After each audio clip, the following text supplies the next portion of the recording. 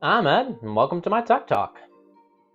Today we're going to talk about the Lenovo Legion Go, as it joins the competition, boasting one of the biggest handheld screens ever produced at 8.8 inches and a whopping 2560 by 1600 resolution, with a 1440Hz refresh rate screen and a peak brightness of 500 nits, just a notch over your standard 1440p monitor.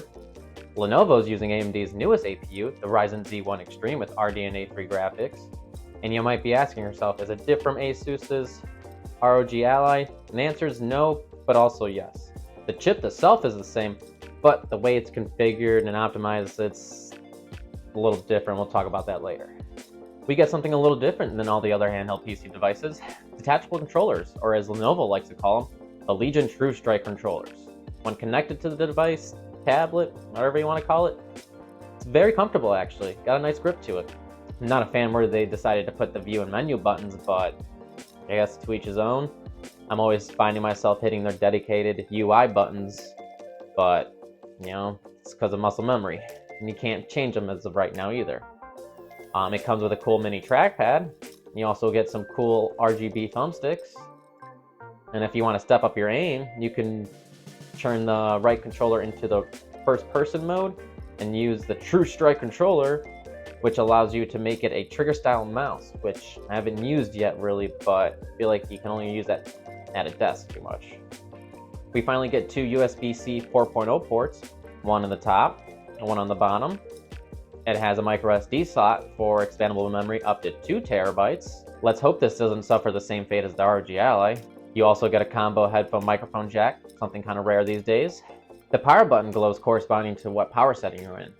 Blue for quiet, white for balanced, red for performance, and this purplish pink for your custom settings, which lets you set the TDP to 30 watts and the fan to only full speed.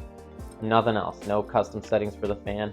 And as of right now, actually running the Legion Go in 30 watts, it's getting you worse performance if you ran it at 25 watts. But it's another bug with, new launched item. And as far as I know, it comes with just standard dual 20-watt speakers, which they do sound good, but definitely wish they sounded better, especially since they're top firing and they're not facing you like the ROG Ally, and that's probably why those also sound so much better. But we also get a 35-watt charger, and let's not forget the nice little carrying case they included. I'm looking at you, ASUS. The setup process was fairly simple and quick if you're familiar with Windows 11 setup process. But once I got into Windows, that's when everything kind of slowed down. I actually had to go to Reddit to find the unofficial Legion Go subreddit to get some help. Windows wasn't getting me the latest AMD graphic drivers, so every time I was launching a game, I was getting errors or even not able to launch AMD's own software to allow me to adjust settings and stuff like that. But, wasn't the greatest first experience, but I was able to get over the little hurdles.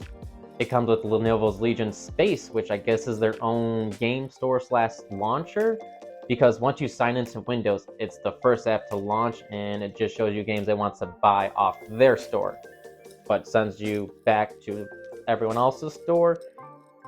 So I'm not really too sure on that.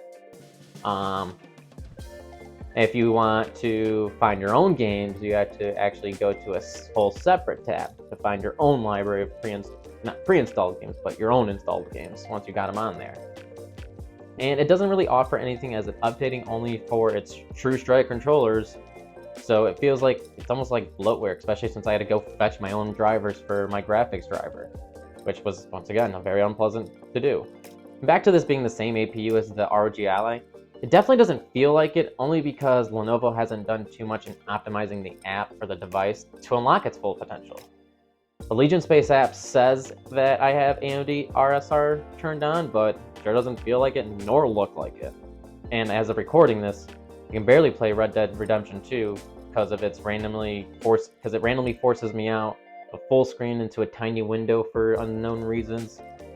I loaded up Spider-Man Remastered and definitely had a better experience, but once again, I tried getting some FPS stats, but the built-in Legion Space UI just said 0 the whole time. So I tried using AMD software, which once I got back into game, it just kind of disappeared and wouldn't show back up. So I ended up using Steam's trusty built-in FPS counter, and we were able to see that we were getting about 45 to 65 FPS just swinging around the city, so definitely good frame rates for native resolution. I jumped over to one of my favorites, Rocket League, to see how the controllers would feel, and they'll definitely need some time to get used to, especially with how heavy this device is. But overall, it was a smooth gaming experience once I got over the little bumps and hurdles. I do wish the dedicated UI buttons wouldn't force my game to minimize if I accidentally hit them or even want to open the quick settings tab. I know it sounds like a lot I've said is kind of bad, but it's the reality of getting a new product at launch. It's called the bleeding edge because it cuts you.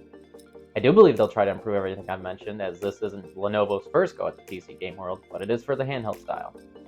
Overall, I do feel like this is gonna become a great device when they push more updates to try to improve some of the bugs and help with the integrated software to help show this thing's true potential. But for now, though, it definitely feels incomplete. But so do the other guys' devices when they launched them, but it's also not a good enough excuse to release a product that wasn't ready for the public. I'm not trying to discourage you from going out and buying one right now, but maybe give it a couple months and see where it stands once they put some work into Legion Go. Definitely wanted to share my first 48 hours playing with it. I felt that we need to share the good and the bad, so these things can become better. But that's it for this video. Maybe we'll do a side-by-side against the ROG Ally and see how they hold up against each other. But until then, catch you on the next one.